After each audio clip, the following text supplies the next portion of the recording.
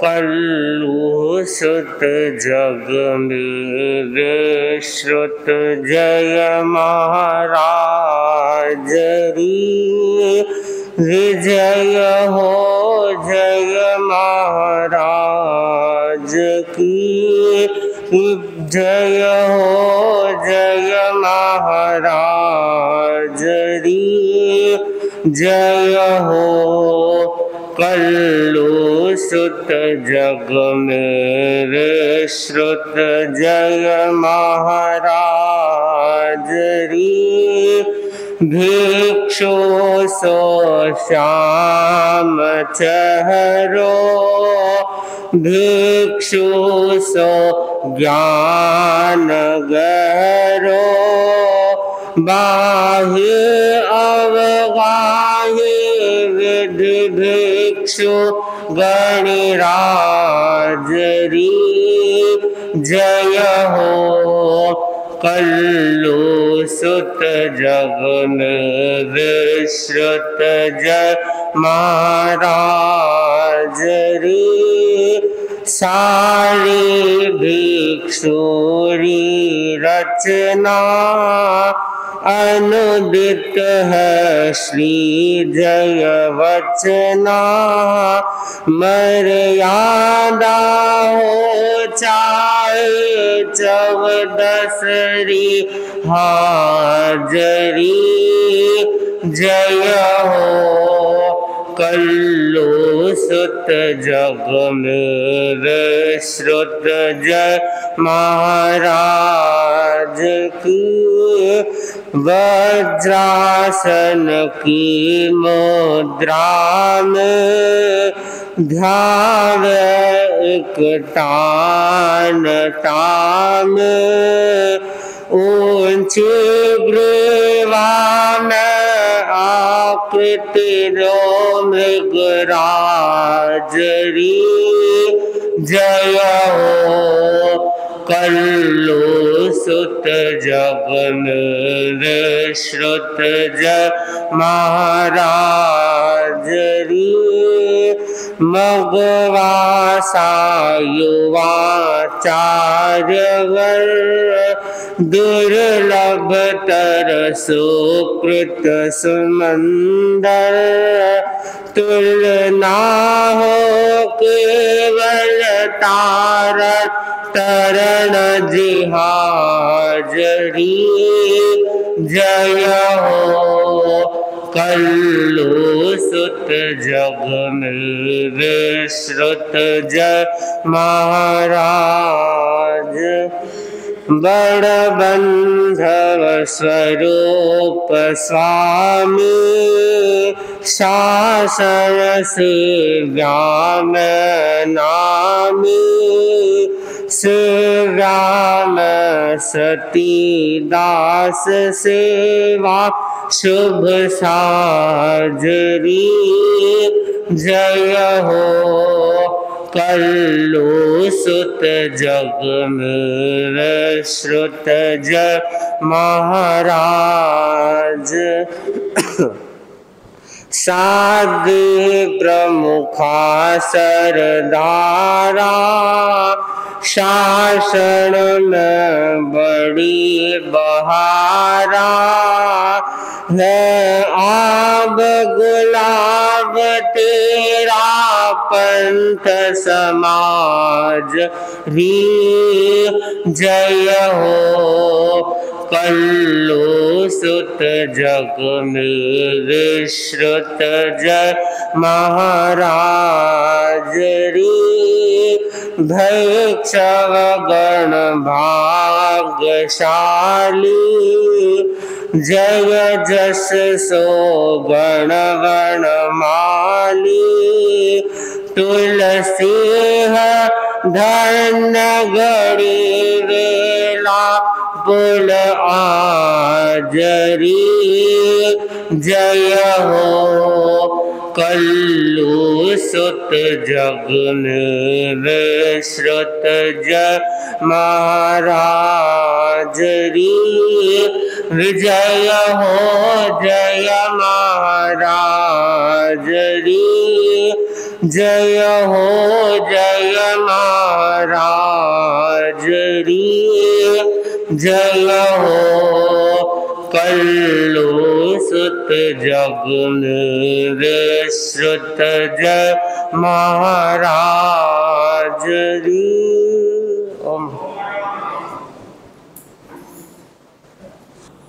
अहिंसा के अवतार भगवान महावीर स्वामी के श्री चरणों में कोटि से वंदन। युग प्रदान आचार्य श्री महासमुद्र के श्री चरणों में कोटि से वंदन। मुनिवृंद, उपस्थित धार्मिक प्रेमी भाइयों बहनों, दैनिक प्रवचन के अंतर्गत आज का विषय है साधना के शिखर पुरुष जयाचार्य। आज जयाचार्य का जन्मदिन है।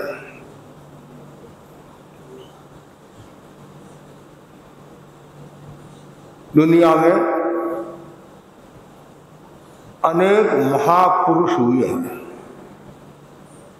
जिन्होंने अपने कर्तृत्व के द्वारा, व्यक्तित्व के द्वारा संघ समाज की बहुत सेवा की, मानवता की सेवा की, आत्मा की आराधना की, आत्मा की साधना की। उस साधना के द्वारा वे शिखर तक पहुंचे। उन महापुरुषों की श्रेणी में एक स्वर्णिम नाम है तेरापन धर्म संघ के चतुर्थ आचार्य जीतमल्ली स्वामी।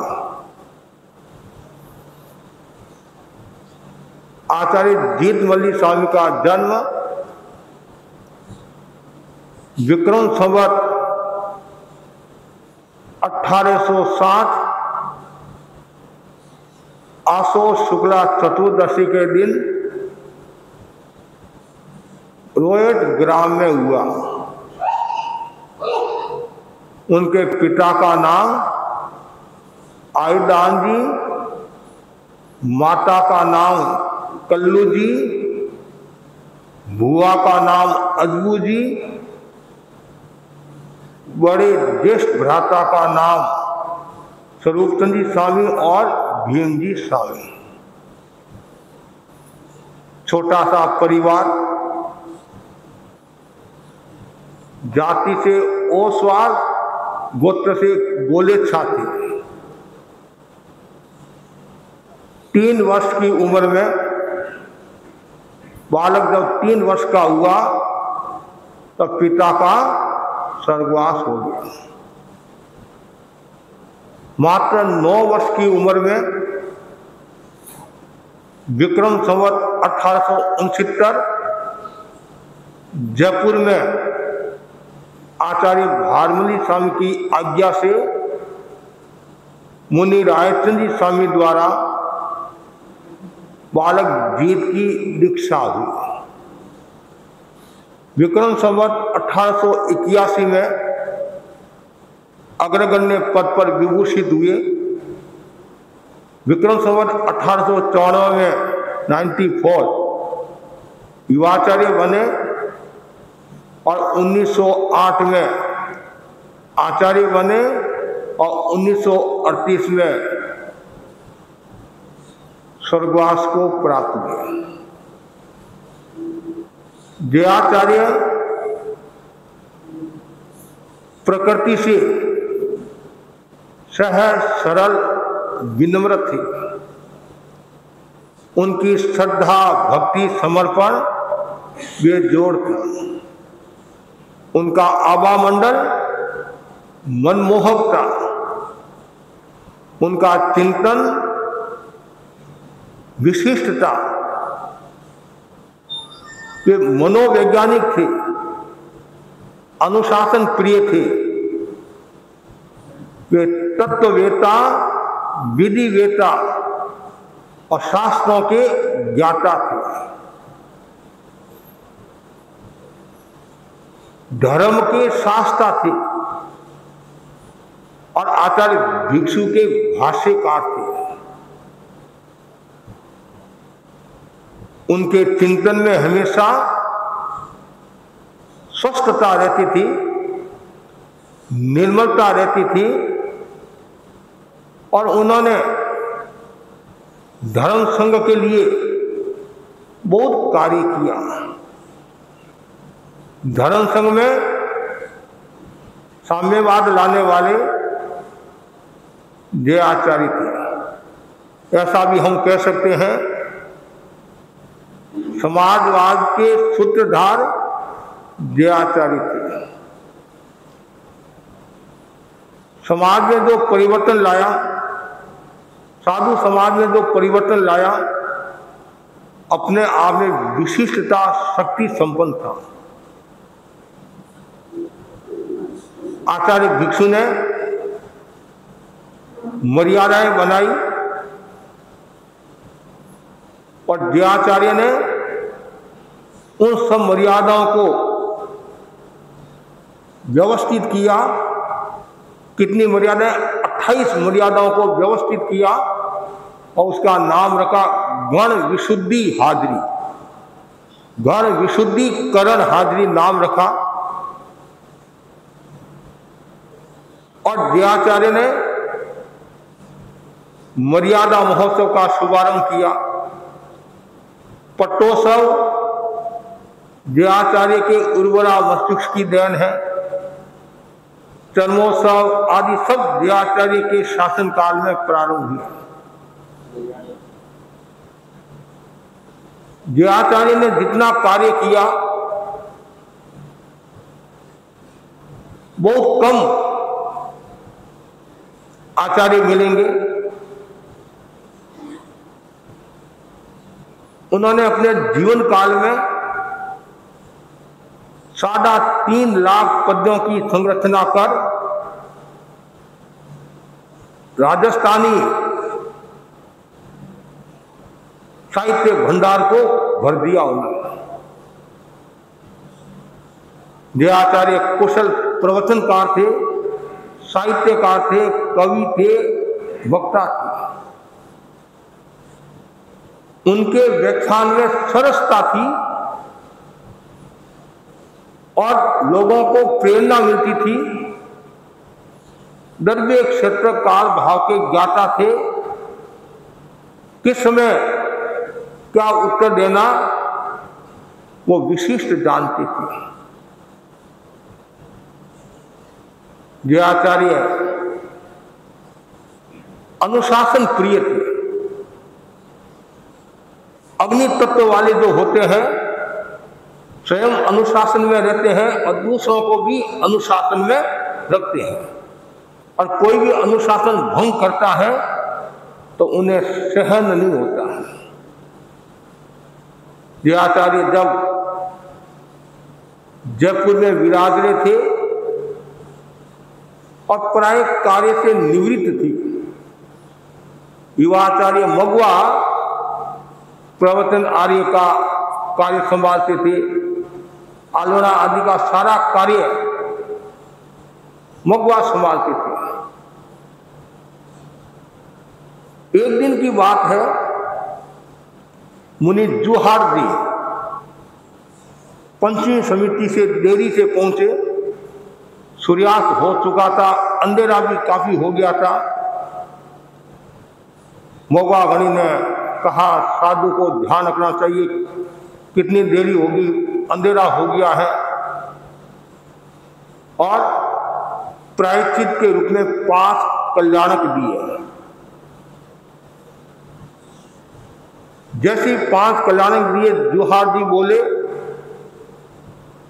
देरी होगी तो होगी, मैं क्या करूं। मगवा गणी कुछ नहीं बोले। पास में तेजस्वी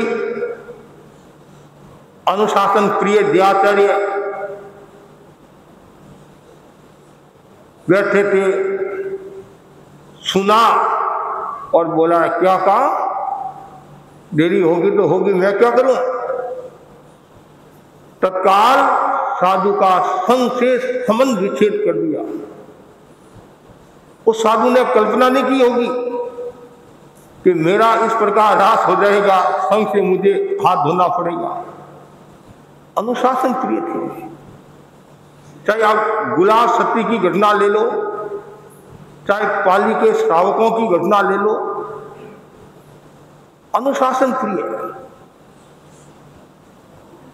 जहां संघ में अनुशासन है वो संघ गतिशील है, विकासशील है, उन्नति वाला होता है। और जिस संघ में अनुशासन नहीं होता है वह संघ कभी भी अस्तित्व को खो सकता है। अनुशासन जरूरी है। आगमों में भी अनुशासन के बारे में बहुत बताया।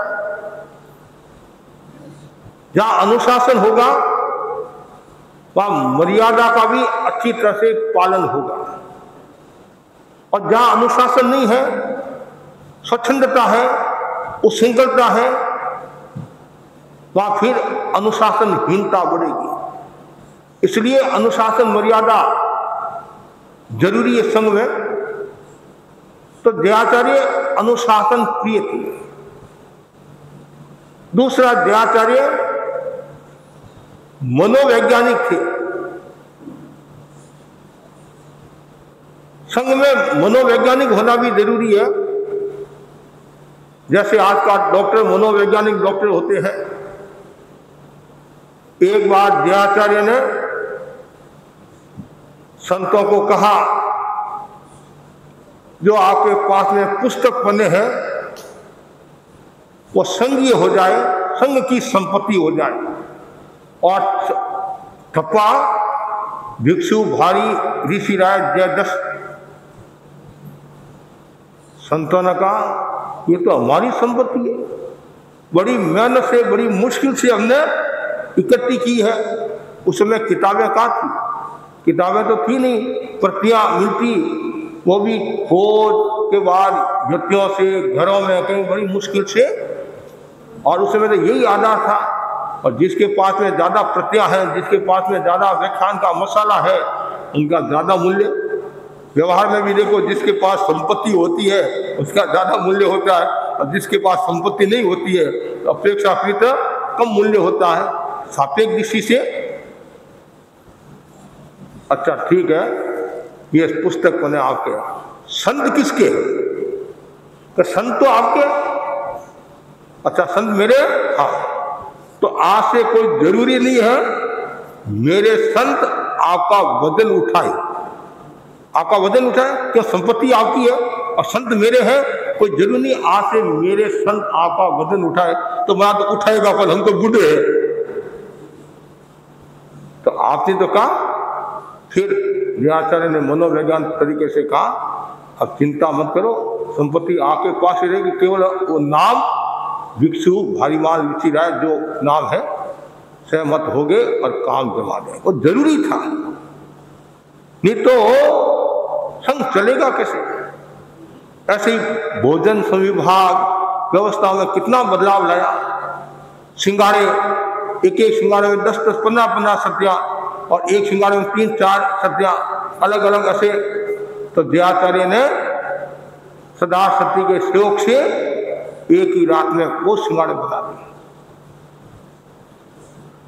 कितने सिंगारे बना दिए?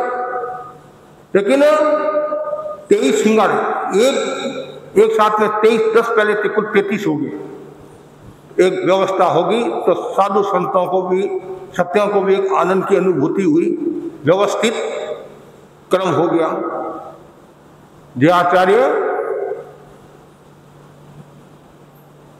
अवसर के भी जानकार थे।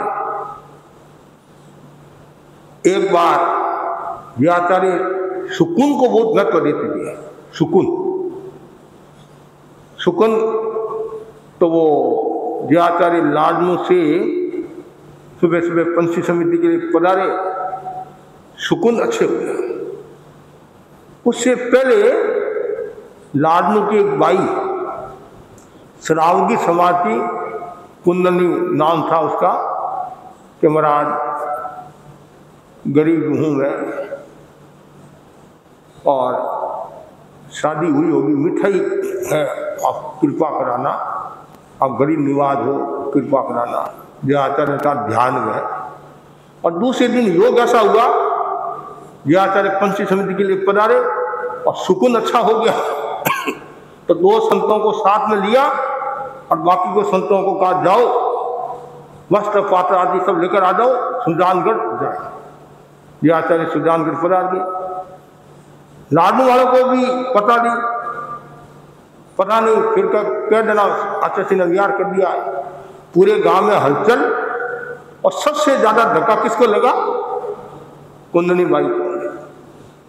कि हम तो सोचते थे जयाचार्य गरीब निवाज है, गरीब निवाज नहीं है। गरीब निवाज होते मेरे को छोड़कर थोड़ी जाते, मेरा वक्त नहीं जाकर जाते, ये तो अमीरों के महाराज है। क्या है? देखो, ये आज की बात ही, अनादिकाल की बात है। व्यक्ति के मन में कब क्या घटना घट जाए पता नहीं चलता है। कभी कभी ऐसी स्थिति बनती है, उस घटना से आपको कोई लेना देना नहीं, फिर भी आपके मन में इतनी प्रतिक्रिया हो जाती है और महाराज का आना बंद कर लेते हैं। वो समझ में, आपसे संबंधित कोई घटना हो तब तो कोई बात ही समझ में आती है। ठीक ऐसी हलचल, और संत आए, संभवतः मोती जी स्वामी लाडू से सुजानगढ़ आए और वो वंदना की, और ढिंगों का महाराज मथेन वंदा, ढिंगों का महाराज मथेन वंदा। जी आचार्य ने कहा ढिंगों का महाराज फिर क्या है? ढिंग मतलब ढिंगों महाराज, कि उस भाई ने कहा था नहीं, गरीबों को दिए, अमीर तो आज की प्रचलन की भाषा में ढिंगों के महाराज है, मतलब बड़े लोगों के महाराज है, हमारे महाराज थोड़ी है। जैसे ये का बात क्या है कि उस भाई ने भावना भाई, और आप पता नहीं वो भाई ने ऐसा, अरे हाँ, आचार्य को भी महसूस हुआ, भाई ने भावना भाई तत्काल संतों को निर्देश दिया, चलो वापिस लाडनू चले, बहन का व्रत नहीं जाने। देखो आचार्य कितने महान होते हैं। तो युवाचार्य भगवान ने कहा आपको पढ़ाने की आवश्यकता नहीं, हम हैं, तो युवाचार्य को भेजा। भाई बहुत खुश हुई, व्रत जाकर आए। वो अवसर के जानकार थे, और उसमें यदि वो ऐसा नहीं करते तो थोड़ा दूसरा भी हो सकता था, मन में किसी के भी आ सकता है। लेकिन दयाचार्य अवसरज्ञ थे, उपायज्ञ थे, किस समय क्या उपाय करना सब जानते थे। दयाचार्य तत्ववेता भी थे, तत्व के जानकार थे, विधि के जानकार, विधान के जानकार। उन्होंने खुद ने भी कितनी मर्यादाओं का निर्माण किया, कितने नए नए नियम बनाए कि संघ को चलाना है तो ये सब जरूरी है। दयाचार्य ने यात्रा भी खूब कराई। और दयाचार्य के विद्या गुरु कौन? मुनि श्री हेमराज जी स्वामी। आचार्य भारमुनि स्वामी ऋषि राय को जितना सम्मान देते थे वो तो आचार्य थे सर्वे सर्वा, हेमराज जी स्वामी को भी कम सम्मान नहीं देते थे। और कभी दर्शन नहीं होते तो आचार्य की आज्ञा लेकर वो दूर है तो भी दर्शन करने के लिए जाते। वो मेरे उपकारी है, बिंदु से सिंधु बनाया उन्होंने। और हेमराज जी स्वामी भी जीतमली स्वामी की बात को टालते नहीं थे। वो भी तो जानते थे होनहार है, प्रतिभा संपन्न है। एक बार की बात है, भिक्षु भारीमाल और ऋषि राय का कुछ समय पहले जो आलोना लेते नहीं, साधु आलोना लेते नहीं, वो अभी वर्तमान में बड़े संतों के पास में, आचार्य के पास लेते हैं। पहले बड़े संत है वो स्वयं ही आलोना ले लेते थे, आचार्य के पास नहीं लेते थे। तो विक्रम संवत 1884 की घटना है। मालवा से ऋषि राय मेवाड़ पधारे, भीलवाड़ा के पास में गांव में पुर पधारे। शाम के समय सबने आलोचना ली आचार्य के पास। हेमराज जी स्वामी ने अपने स्थान पर बैठे बैठे खुद नहीं आलोचना ले ली। उस समय वही क्रम था, वही व्यवस्था थी। ऋषि राय के मन में यह आया कि छोटे बड़े सभी साधु आचार्य के पास में आलोना ले। अब हेमराज स्वामी तो प्रतिभा संपन्न थे, आचार्य कल्प थे, एक दृष्टि से देखे तो प्रभावशाली थे, और ऋषि राय भी बहुत सम्मान देते थे, और हेमराज स्वामी भी ऋषि राय को बहुत सम्मान देते थे। लेकिन ये काम लागू कराना किसके पास कराए? तो मुनि जीतमल जी को याद किया। ऋषि राय ने आए वंदना की कि ये कार्य करना है कि बड़े संत भी आचार्य के पास में आलोचना ले कि जब तक ये काम तुम नहीं करे तुम्हारे 4 आर पाने का त्याग। किसके? जीतमल जी के। Already is order. गुरु का गुरु कौन? गुरु का गुरु कौन?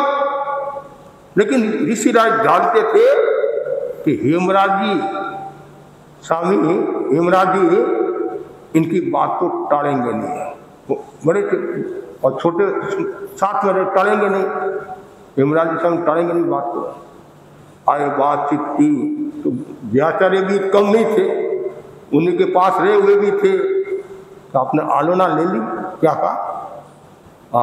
आलोना ले ली। किसके पास में? खुद नहीं ले लिए। व्याचार्य ने कहा आप बड़े हो और आपका पथ का अनुकरण हम लोग करते हैं, आप भी ऐसा करोगे तो दूसरे क्या करेंगे? तो फिर क्या इच्छा है तुम्हारी? क्या इच्छा है? मेरी इच्छा है कि आप आचार्य के पास में आलोना ले। इतनी इच्छा आज से। और व्याचार्य ने ऋषि राय को वंदना करके कहा हेमराज स्वामी ने फरमा दिया है, कुछ घंटों में ही काम हो गया, नहीं तो मुश्किल काम था।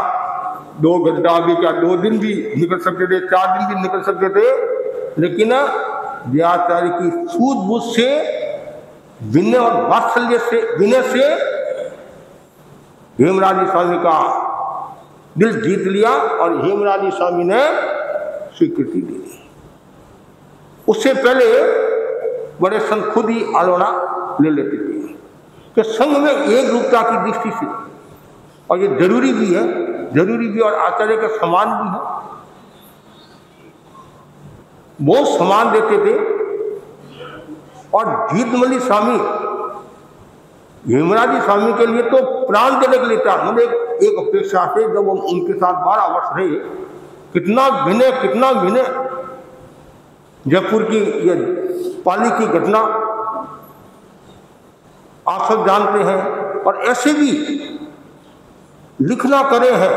और हेमराज स्वामी कहीं बाहर पधारे हैं, जितू तैर तत्काल आधा अक्षर लिखा, पूरा अक्षर ही नहीं लिखा, बंद करके इतना विनय।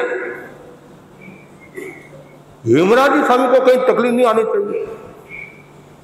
जब हेमराज स्वामी के साथ थे जीतमल स्वामी, कोटा पधारे, कोटा, और हेमराज स्वामी को प्यास लगी, कंठ सूख रहे, प्यास लगी। तो जीतमल स्वामी नए थे, नवदीक्षित थे, नए थे। कहते हैं जीतमल स्वामी बोले मैं जाता हूँ, पानी लेकर आता हूँ। उत्साह था, भक्ति, मतलब मेरे बड़े संतों को प्यास लगी है। और शाम का समय था, समय भी शाम का था। घूमे और मिला नहीं पानी। इतने में रास्ते में एक बाई मिली, वंदना की और कहा महाराज मेरे प्रासुक पानी है, सूझता, बस और क्या चाहिए। व्रत निभाया और पधारे। वो बाई बोली 12 वर्षों में पहली बार पानी का व्रत निभाया है, 12 वर्षों में। और जब वो पानी लेकर आए, हेमराज स्वामी ने पानी पिया जैसे कोई अमृत, जैसे कोई किसी को भूख लगी हुई है, रोटी भी खाते हैं तो भी जैसे 5 पकवान खाए, कहते हैं 5 पकवान। इतने वो सजग थे हेमराज स्वामी। अनवाकिरों का बिंदु से सिंधु बनाने वाले मेरे कौन?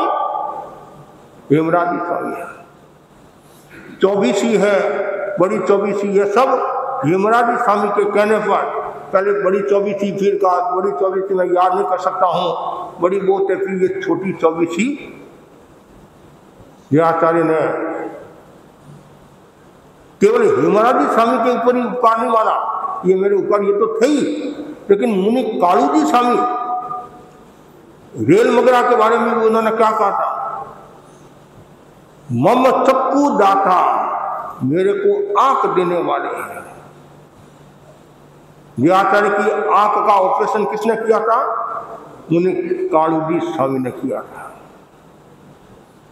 इतना वो बड़े संतों को सम्मान देते थे, या जिन्होंने भी संघ की सेवा की है, समाधि पहुंचाई है, उनको वो सम्मान देते थे दयाचार्य। और अनुशासन भी खूब करते थे, वज्र से कठोर भी थे तो फूल से कोमल भी थे। संघ को चलाने में कोमलता भी जरूरी है और कठोरता भी जरूरी है, वत्सलता भी जरूरी है, अनुशासन भी जरूरी है। तो दयाचार्य में ये सब गुण थे और स्थित प्रज्ञ थे वो। उनकी प्रज्ञा जागृति, स्थित प्रज्ञ मतलब चंचलता नहीं, एकाग्रता। गीता में भी स्थित प्रज्ञ का उल्लेख आता है। जब हेमराज स्वामी पाली में विराज रहे थे और इधर नाटक हो रहा था, वो बाजार में दुकान में, और जीत मुनि अपना लिखना करे थे। एक सोनार भाई ने देखा, आज पता चलेगा ये तेरापंथी जो साधु है, इनके जो गुरु है, छोटे छोटे को दीक्षित तो कर लेते हैं, नून तो लेते हैं और आना जाना कुछ नहीं है, आज पता चलेगा। जितनी देर तक वो नाटक चला, दयाचार्य ने आंख उठाकर नहीं देखा, अपने लिखने में मस्त। नाटक पूरा हो गया, किसी भाई ने सुना तो क्या होगा, नाटक आ तो मैं दूसरा नाटक देख रहा था, दूसरा नाटक देख रहा था। हम तो तेरापंथ के नियमों को कमजोर करने में लगे हुए थे, लेकिन आज मैं कह सकता हूं जिस धर्म संघ में छोटे साधु इतने स्थित प्रज्ञ के धनी हैं, इतनी स्थिरता वाले हैं, एकाग्रता वाले हैं, 100 वर्ष तक तेरापंथ धर्म संघ के कुछ होने वाला नहीं है। 100 वर्ष और गहरी नींवें होगी है। ये उस भाई के शब्द है। दयाचार्य ने धर्म संघ में आमूल चूल परिवर्तन और साथ में साधु संतों को ज्ञान दर्शन साहित्य तब की भी प्रेरणा देते रहते थे। समय समय पर अध्ययन करो, श्रद्धा में मजबूत रहो, चारित्र की पालना करो और तब के क्षेत्र में आगे बढ़ो। दयाचार्य खुद नीतिवान थे, न्याय के पक्षधर थे, और जो खुद ऐसा होता है वही दूसरों को प्रेरणा दे सकता है। तो दयाचार्य का जीवन एक विशिष्ट जीवन था। वे साधना के शिखर पुरुष थे, साधना के सराका पुरुष थे, और उन्होंने जो संघ की सेवा की और आचार्य के प्रति जो उनका समर्पण भाव था, अद्भुत विलक्षण कह सकते हैं। जब वो ऋषि राय के साथ थे, ऋषि राय के साथ मध्य प्रदेश की यात्रा में, तो उस समय की बात है कि झाबुआ जिला नहीं, झाबुआ, उधर से विहार करे थे, तो वहाँ क्या झाड़ियाँ खूब और रास्ता भी जंगल का। ऋषि राय आगे पधारे हैं और जीत मुनि पीछे। इतने में क्या होता है, एक भयावह आकृति वाला एक जानवर दिखा, रीछ, रीछ बोलते हैं, रीछ। और तत्काल जीत मुनि पीछे से आगे आकर खड़े हो गए। ऋषि राय बोले, आगे क्यों आए? जीत मुनि ने क्या उत्तर दिया?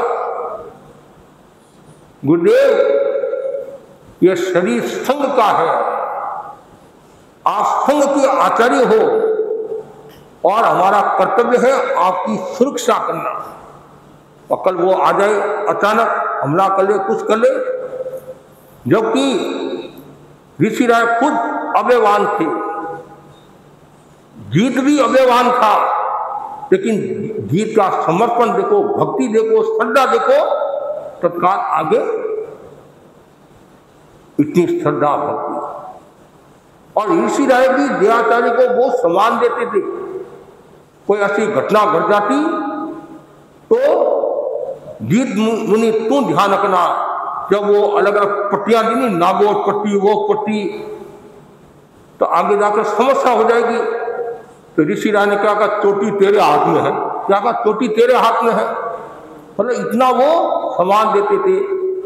तो दयाचार्य का जीवन एक बहुआयामी जीवन था, बहु व्यक्तित्व के धनी थे, अनेक गुणों के समवाय थे। उनके बारे में जितना बोले उतना थोड़ा है। शासन समुद्र मुनिश्री नवरत्न के द्वारा लिखित है, वो आप पढ़ सकते हैं। दयाचार्य की जीवनी, प्रज्ञा पुरुष दयाचार्य जो आचार्य तुलसी द्वारा लिखित, वो पुस्तक आप पढ़ सकते हैं। इसमें पूरा खुलासा है। दयाचार्य की रेखा चित्र भी एक भाई के द्वारा लिखी है, पारिक के द्वारा, नंदलाल पारिक के द्वारा संभव है, तो जरूर पढ़ना चाहिए। और इससे आपको प्रेरणा मिलेगी, और साथ साथ में घर परिवार को कैसे चलाना, वो सूत्र भी आपको मिलेंगे। शासन व्यवस्था कैसे संभालना, वो सूत्र भी आपको मिलेंगे। और जीवन कैसे जीना, वो भी आपको सूत्र मिलेंगे। और एक अवस्था आने के बाद में अनासक्ति का जीवन कैसे जीना, वो भी आपको मिलेगा। पद विसर्जन, मतलब आप देखो, अधिकांश लास्ट का जो समय है, ऐसे आचार्य पद का विसर्जन नहीं किया, लेकिन अधिकांश समय वो निवृत्ति में, धर्म आराधना में, स्वाध्याय में आदि में रहते, और मगवा गणित पूरा काम संभालते थे।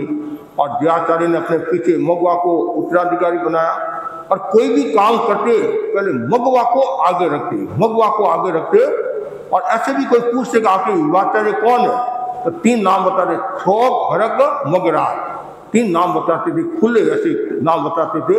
और दयाचार्य ने संघ के लिए जो कार्य किया, और सबसे महत्वपूर्ण बात है, दयाचार्य के हाथ के और दयाचार्य के शासन काल के 3 मुनि आचार्य बने, ये बड़ी बात है। मगवा गणी, माणक गणी और डार गणी। मगवा गणी को जीत मसा ने दीक्षा दी युवाचार्य अवस्था में, माणक गणी को आचार्य अवस्था में दीक्षा दी, और डार मुनि की उनके शासन काल में मुनि हीरालाल स्वामी के द्वारा दीक्षा हुई। तो 3 आचार्य बने। और दयाचार्य जहाँ भी गए उन्होंने संघ की प्रभावना की। और मुनि अवस्था में सबसे पहले दिल्ली पधारे, और दिल्ली का जो प्रवास, हरियाणा का जो प्रवास, उधर का चूरू का अपने आप में विशिष्टता, गुल हजारी मुनि उनके द्वारा ही दीक्षित हुए थे। तो दयाचार्य ने संघ के लिए खूब कार्य किया। आज उनका जन्मदिन है। ऐसे तो असल जन्म दिवस मनाते हैं, कोई केक काट के मनाता है, कोई मोमबत्ती बुझा कर मनाता है, लेकिन हमारे यहाँ त्याग तपस्या के द्वारा मनाया जाता है। और ऐसे भी एक केक काटना तो जिंदगी को काटना हो गया, हिंसा का भाव है। और मोमबत्ती बुझाना वो भी हिंसा है, और साथ में आप अपने जिंदगी को बुझा रहे हैं।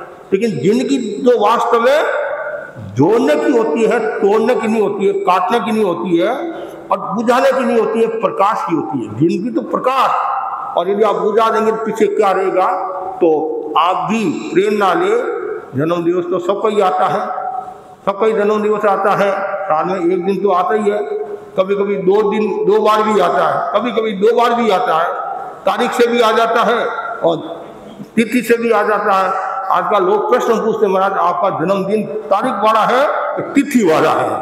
तारीख वाला है, तिथि वाला है। हमारे यहाँ तो तिथि से मनाया जाता है, और आप लोग तारीख से मनाते सामान्यतः, तारीख से। लेकिन अपनी संस्कृति के प्रति भी सुरक्षित रहना चाहिए और सावधानी रखना चाहिए, संस्कृति का भाई सम्मान करना चाहिए। तो आज जन्म दिवस पर मैं दयाचार्य के प्रति यही मंगल कामना करता हूँ। और ऐसा भी कहा जाता है कि दयाचार्य 8 देवलोक में, ऐसा भी कहा जाता है 8 देवलोक में है। और दयाचार्य के शासन काल में 3 श्रावकों ने तीर्थंकर नाम पुत्र का भी बंधन किया, और व्याचार्य खुद तीर्थंकर बनेंगे, खुद तीर्थंकर बनेंगे, ये भी इतिहास बोलता है। और भिक्षु स्वामी और व्याचार्य के बीच में संवाद भी ऐसे हुआ, वो भी स्वप्न में। और भी कई ऐसी बातें हैं कि प्रश्न पूछे और व्याचार्य के बारे में, खुद के बारे में बताया कि व्याचार्य की पुण्याई बहुत तेज है और प्रबल मतलब गुणों के धारक है, विशिष्ट आचार्य है, ऐसी कई बातें बताई उनके बारे में। तो व्याचार्य अपने आप में एक विशिष्ट आत्मा थी, शक्ति संपन्न आत्मा थी, साधना उनकी अनुत्तर थी, उनका ज्ञान अनुत्तर था और उनकी शक्ति अनुत्तर थी। ऐसे महान आत्मा का सुमिरन अपने आप में कल्याणकारी होता है। इसी आशा के साथ ओम। और हम आज चतुर्दशी है,